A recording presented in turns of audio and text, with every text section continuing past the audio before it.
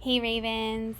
This past Friday, the IC met and approved consistent structures, language, and routines for continuous learning at Robert Eagle Staff Middle School. We know that many of our students and families right now feel like this. They're completely overwhelmed. Our goal is to make the process of continuous learning simpler and easier. We're doing that through having consistent structures and language in Schoology, and routines for how we communicate expectations to students and families. The first consistent structure that we will have across Robert Eagle staff is that in all of our courses, when students click on the home page of your course, what they'll see is they'll see a folder titled Continuous Learning.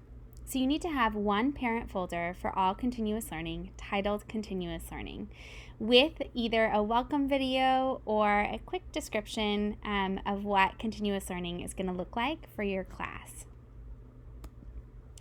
On the home page of your course, you also need to have a folder titled Previous Units, where you are housing all of the previous content before school was closed. So when students click on your course, they should only see two folders, Continuous Learning and Previous Units. So let's click into the Continuous Learning folder. In this folder, what students are going to see is they're going to see a folder titled Previous Weeks. In that Previous Weeks folder, you are going to house all of the previous weeks, and each Sunday evening, we would love for you to move the current week or the previous week to that folder, so that we really have a clean, clear structure for students and they're not having to navigate through lots and lots of folders. You're also going to have a folder for the current week, and you're going to title that folder just that week's dates. In the description of that folder, we would love for you to have a super short checklist of what you expect students to complete that week for your course. Keep it really short and simple. All activities and assignments for the entire week should be posted on Sunday evening. This is going to really help our students and families be able to get on Sunday or Monday and be able to plan for the entire week. I do want to call out that I have an extra folder titled Independent Reading Resources. You may have one folder that students are accessing throughout continuous learning, and that's okay. We just want to keep all of our structures in Schoology really clean and easy to navigate for students and families. So now let's dig into what an activity or an assignment might look like. One of the things that we're noticing when we look at Schoology courses that's making it really challenging for students is that there are a lot of clicks. A lot of us are inserting a link as one click, and a resource as another click, and a video lesson as another click. And Schoology actually has the ability for you to house all of those items in one thing. So as much as possible, we're going to reduce clicks by posting video lessons, directions, examples, links, and other resources in the actual Schoology page or discussion, assignment, or quiz. So for example, this is an assignment. I have a video lesson, I have directions, I have an example response, I have a link, and I have an attached file. If you're unsure how to actually add all of these items to one of your Schoology activities, whether that's a page, discussion, assignment, or quiz, there's a tutorial in the email that will show you how. So what we would love for you to think about after you've created content in Schoology, we want you to ask yourself, is it clear what students need to do to complete this lesson or activity? Is it clear where students need to click? How many clicks are there? How many steps are there in this lesson or activity? Could I reduce the number of steps? And is the lesson or activity too text heavy? Students are not going to read paragraphs of instructions, I promise. So now let's talk about consistent structures for communicating expectations with students and families. One of the consistent structures that we already looked at was having that quick checklist in our folder description for that week. we're going to put that same checklist also in the calendar. So we're going to create a calendar entry for Monday, which is super short, with a super short description of what students need to do for that week. No paragraph descriptions, just a super short checklist. We want students and families to be able to click on it and quickly understand what are the expectations for that week. You're going to add an end time and make it Friday. You're going to add a title. It's just the name of your course. And then you're going to add that super short, quick checklist of what you expect students to do that week.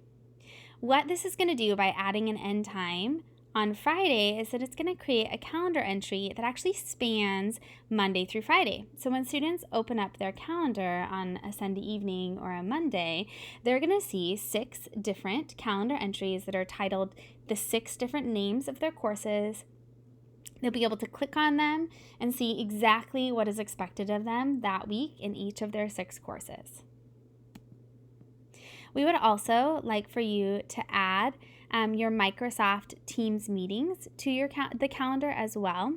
So we're going to ask you to do that in 2 places. So once you have created the Microsoft Teams meeting and copied the link, we're going to ask you to put a copy of the join link, the link that students need to click on to join the Teams meeting, in the calendar entry that spans the entire week. We're going to also ask for you to add a separate calendar entry with just the join link to the calendar. So here's the link to join the Teams meeting, and you're going to create a separate entry on the actual date that Teams meeting is, and you'll add that to the calendar. So students and families have multiple places where they can find that link to join the Teams meeting. If you right now are not sure how to create a Teams meeting, to copy the link and then to plug that into the calendar, don't worry, I have modeled that in the tutorials. So let's talk about communicating with families. Right now, many of our families are feeling super overwhelmed by the amount of communication that they're receiving. If you imagine having, let's say, 2 or 3 children in Seattle Public Schools, each of those children has 6 teachers, and those 6 teachers are all sending emails every week with information about what's expected. Parents are communicating that they are feeling like they need to check their email, they need to check Schoology multiple times throughout the day just to figure out what their child needs to do. So we want to try to streamline communication, reduce the amount of emails that parents and families are receiving, so that students and families know exactly what is expected of them and they know where to look to find those expectations. So what is required of you in communicating expectations for students and families is first that you are doing the weekly calendar entry. Remember, you're putting just a quick checklist of what you expect students to complete that week for your course. You're also going to put that same super short checklist in the description of that week's folder. So there are multiple places where students can find those expectations. Optional communication is a Schoology update or messaging students and families through Schoology. Both of those are fine. They are absolutely optional. A Schoology update is probably the better choice of the 2, but you're welcome to do either of those.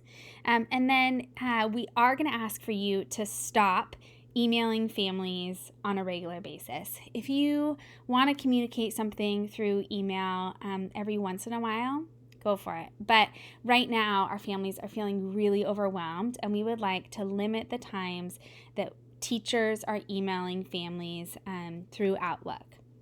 We'd like to streamline communication from Robert Eaglestaff to really support students and families' engagement and access with continuous learning. So I hope that's clear. There are 2 different tutorials for how to actually make this happen in Schoology, how to restructure your course.